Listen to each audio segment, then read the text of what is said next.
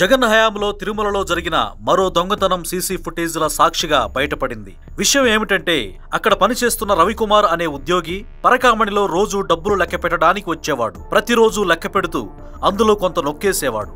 అక్కడ ఉన్న అధికారులు కూడా చూసి చూడనట్లుగా వదిలేసేవారు. ఎందుకంటే ఆ సమయంలో టీటీడీ చైర్మన్ గా ఉన్న భూమన కరుణాకర్ రెడ్డి మనిషి అని తెలుసు కాబట్టి వారు పట్టించుకోలేదు.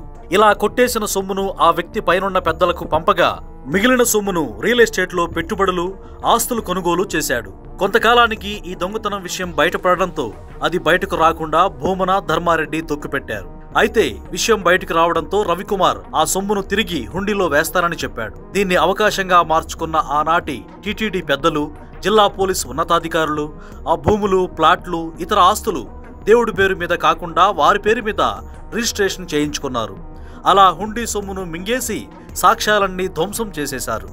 అయితే నాడు జగన్ హయాంలో జరిగిన ఈ దోపిడీ నేడు టీటీడీ పాలక మండలి సభ్యులు భానుప్రకాష్ రెడ్డి దొంగతనానికి సంబంధించిన సీసీ ఫుటేజ్ బయటపెట్టారు.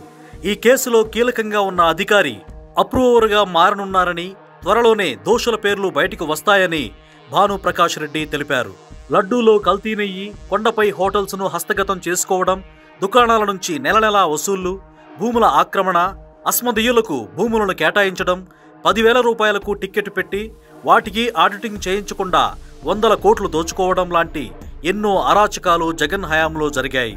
తిరుమల కొండపై జరిగిన ప్రతి అవినీతిలో సగం వాటా జగన్ దగ్గరకు వెళ్లేదని స్థానిక వైసీపీ నాయకులే చెబుతున్నారు. అయితే ఈ దోపిడీకి పాల్పడిన వైసీపీ నాయకులపై కఠిన చర్యలు తీసుకోవాలంటూ హిందువులు డిమాండ్ చేస్తున్నారు.